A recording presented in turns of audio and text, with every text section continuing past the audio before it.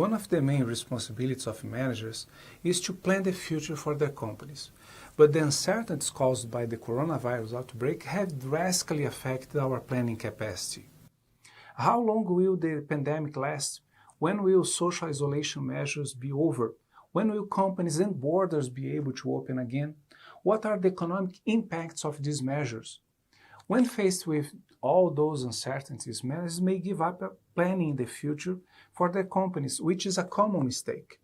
This mistake is usually justified by saying, I don't know what the future will look like, so there is no point in planning anything right now. In fact, no one knows what is going to happen in the future. But there are several tools that can support managers in the context of uncertainties, and the scenarios planning technique is the most traditional of them. I have prepared an ebook on coronavirus scenarios, which you can download for free here at the description of this video. The ebook presents a compilation of insights of healthcare and economy experts, government plans, statistical forecasting, and data from other sources. Based on these documents, we have designed a set of scenarios that can help managers from different sectors plan their futures and form their own opinion on the length of this crisis, its impact on their companies, and the specific industry they are operating in. We invite you to join us in taking on this challenge of planning the future of your company in the 3 coronavirus scenarios that we outlined for you. Read the ebook that's available in the description of this video and invite your colleagues to form discussion groups with you. In addition to developing important managerial skills and contributing to your company, you will be granted participation certificates as well as scholarships up to $4,000 as an award for the best works sent to us. Your work should be sent until the 3rd of April, and now I'd like to talk to you about what is going on in the world. The most important question at this point is how long will we need to deal with the pandemic and isolation social measures? Well, the most used mathematical model to calculate the duration of an epidemic is the SIR model, which stands for susceptible, infected, and recovered. It's possible to estimate the duration and the impact of an epidemic using this model. But we need the beta parameter, a figure that states how many interactions between susceptible individuals and infected ones are needed so the susceptible to get the disease from the infected. COVID-19 is caused by a recent coronavirus mutation, and there aren't enough studies to determine the contagiousness conditions yet. The second element we need is the gamma parameter, the recovery rate of an infected individual in the transition to the recovered group. And unfortunately, we don't have this data either. Some countries have even discovered cases of reinfections, which complicates the whole process. Without this information, you can't complete the equation to determine the duration of the epidemic. Another way to estimate the development of the disease would be the analysis of the outbreak in China. We do have the start and end dates of the epidemic there, and we know what measures they took. So we have all this info. Would it be able to apply to transfer this outcome in China to the rest of the world in order to predict the evolution of the disease on a global scale? Well, again, it's not that easy. First, countries' climate and social conditions vary, which adds a set of intervening variables that are difficult to measure. Second, with the help of technology, the Chinese government took a series of restrictive measures to prevent any social contact, which could hardly be implemented in any other region, especially in Western countries. So, our hands are tied, and the only thing we can do is to estimate, to assume how the disease will evolve and do our best to slow down the spreading. By the end of March, over 140 countries had already taken measures to promote social isolation. Why should we promote isolation? Why are we taking it so seriously? Well, the main issue is that if everyone catches the disease at the same time, hospital facilities will not be able to attend all the infected. The purpose of the social isolation measures is to buy a precious time so that more people could be attended and saved, which would flatten out the contamination curve. But this is where the health problem turns into an economic problem. Companies stopped their operations, the main stock exchange indexes in the world have been falling, unemployment is on the rise, industrial production is also affected, the outbreak aftermath is present worldwide but especially visible in emerging countries. A crisis of this scale will test managerial competencies up to their limit. Those who take the right decisions and assess future prospects more clearly will be able to reap the benefits out of it. Having that in mind, here is the focal point of our discussion: how to predict and plan management decisions for the future now. You can find the answer or part of it in the ebook in which I introduced the scenarios planning technique. The scenarios technique appeared in the 60s and has been used ever since by numerous companies. The main idea is not to learn how to cope with a specific scenario that we know for sure would happen, but with at least 3 to 5 future alternatives. The objective is not to get a precise picture of tomorrow, but to think about any possible future scenarios, improving companies' speed reaction. Let's take the COVID crisis as an example. It's currently impossible to determine for sure when the pandemic will end and what its evolution will be like. It's the typical situation in which the company should ponder on various scenarios and try to be ready to take action in any of them. And this is the objective of this workshop, in which you are invited to participate. We outline 3 possible coronavirus scenarios with the use of data on the pandemic evolution collected by Johns Hopkins Hospital until 10 of April. We also use the UN reports regarding to restrictive measures on social contact and mobility in several countries, in addition to opinion of experts from different areas.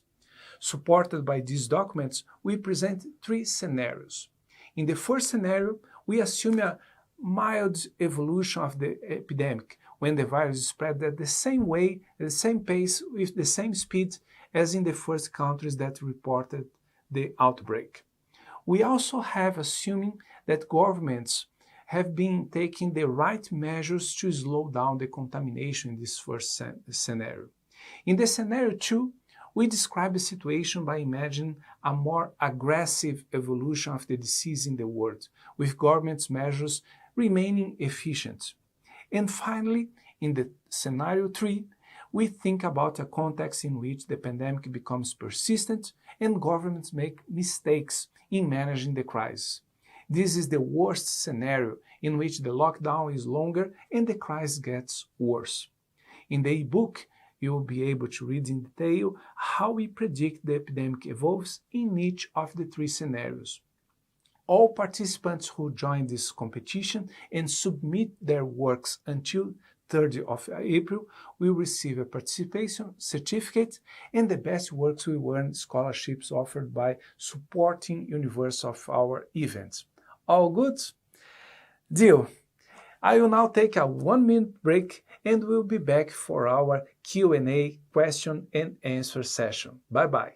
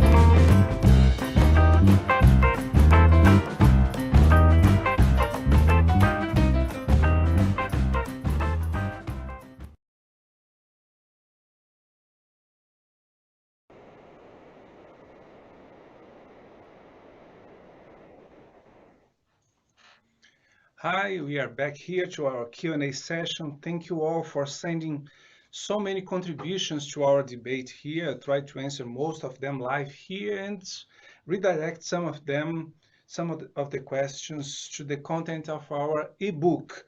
While Julia, which is by my side here, organized the questions you are sending now, I will try to answer some of the questions sent in anticipation. First one comes from India. Jagpal Singh asks, can we stop the virus by several ways without lockdown? The answer is no, we can't. There are different types, different degrees of lockdowns, but by now, one of them will be needed to stop the disease. We are not fighting exactly a virus. We are protecting the health system. If everybody gets the disease at the same time, there will be no hospitals enough to treat those who need. That's the main point. Thank you, Japal. And I ask you to join the workshop. In the scenarios, we can depict the ideas of one or two or three possibilities, and you'll be able to better understand what can happen in the world in each of the possible futures that await us, okay? From Nepal, Ganesh Pandey asks, what are the key strategies for the local economy development? Which sectors would be in priority after the COVID-19 pandemic situation? Well, boost small and middle-sized companies should be a priority for governments. But the point is, it's not just a slowdown and the recovery process that we'll be facing here. Markets will change. Managers must understand these changes and better prepare not only for the crisis itself, but also for a new context. How you prepare for the future? Join the workshop, evaluate the scenarios we have prepared, think of other scenarios. You can anticipate the changes the world is facing, and the better you prepare yourself, the better will be your results. I have here a question from South Africa. Gnisili Tulili asks, will the workshop open to non-Americans? Yes, it's open for everybody around the world. We have students from more than 80 different countries around the world. Thank you for joining us. And he asks also, is a company ownership mandatory? No, you can choose a company you work for, you can choose a local company to evaluate. It's an exercise for you to develop these very important skills in long-term planning. The scenarios technique is a management theory that helps managers to prevent the changes kill their companies. All right? Thank you for joining us. Oh gosh, we have several questions here. Another question from South Africa. Steven from South Africa asks, what are the effective marketing strategies to revive a business after the COVID-19 pandemic is over? Well, the world is going to change, Steven. It's not just a matter of how and when we should renew our old efforts. We got to adapt our previous business models to the new context the world will be facing after this crisis. I invite you also to join the workshop. By anticipating the scenarios, you'll be able to develop the necessary skills to face them better than the others. Now I have a question from Germany. Mr. Nassif asks, please describe the strategies for a startup overcome the crisis. Well, a startup now has plenty of opportunities. Just a matter of you detect the right opportunities for you to enjoy. By opportunities, I mean there are people needing some kind of service. There are companies needing some kinds of services. You should detect these necessities and offer a best solution for them. All right, Nassif, thank you very much. Also from Africa, Kenya, Mr. Eric asks, with the COVID-19, many countries have adopted lockdowns to manage the spread of virus. What strategic options do retailers have to continue to provide essential services or products like food to their customers? Well, many of these new demand is being absorbed by old retailers that already had in place e-commerce and delivery. But the point is, new customers are joining this market, this necessity of buying online, delivery, etc. These new customers bring new demands, new particularities. If you understand them, you can you can bypass the traditional online retailers by offering new kinds of services, WhatsApp services or SMS services, uh, by phone callings. So there are several new demands that you can fulfill. All right. Thank you very much, Eric. I have here, oh gosh, many questions. The last question I'm going to answer from the anticipated sent questions comes from Russia. Ms. Sandra asks, what will be the contingency plans to revive the economic situation of countries once a solution has been found for this pandemic? Well, in our scenarios, we describe different ways governments may interact with companies and markets in this context. Boosting economy by injecting liquidity, injecting money in the market is one of the strategies governments should put in place. But we need to do more than that. Governments at this moment should group them, group their minds, group market representatives, and think of strategic plans to boost the economy, to revive some sectors that will be annihilated by this crisis. All right? Thank you, Sandra from Russia, for sending your question. Now I'm gonna start answering questions that you are sending live now. Please, Julia, what is the first question? The name of the person, country, if we have, and the question, please. The first question we have is from Elzan Kelbrick. And the question is, can the pandemic of COVID-19 change the way we do business in the future? Certainly, Elza, it will change. It's not just a matter of going digital or slowing down the economy. There will be structural changes taking place. And it's important for any manager to try to anticipate these changes, capture these small signs of adjustments companies must make, and be ahead of the competition. Being ahead of competition means satisfying needs before the others, which is mandatory for any company to be successful, and it's needed by the society. Society needs now leaders that can anticipate changes, see what is going on and act accordingly. I invite you, Elzan, to join the workshop we are organizing. Um, Prepare scenarios for a specific group, exercise these new skills that you need to develop now. All right, thank you very much. The next question is from Don Mongoa from South Africa. How can a business work to reach a break-even point through such a crisis? Well, Don, many companies will bleed. There is no point here at this moment in think of how can I break even, how can I make money. It's now a moment of thinking the future. The present is over. At this moment, we will suffer. There is no way to escape from this. You can downsize, you can downscope. I have another video in our channel talking specifically about strategic actions companies should put in place during periods of crisis. You could refer to this video and try to get some ideas out of them. But the point here is that when a crisis like this arrives, we gotta think of the future.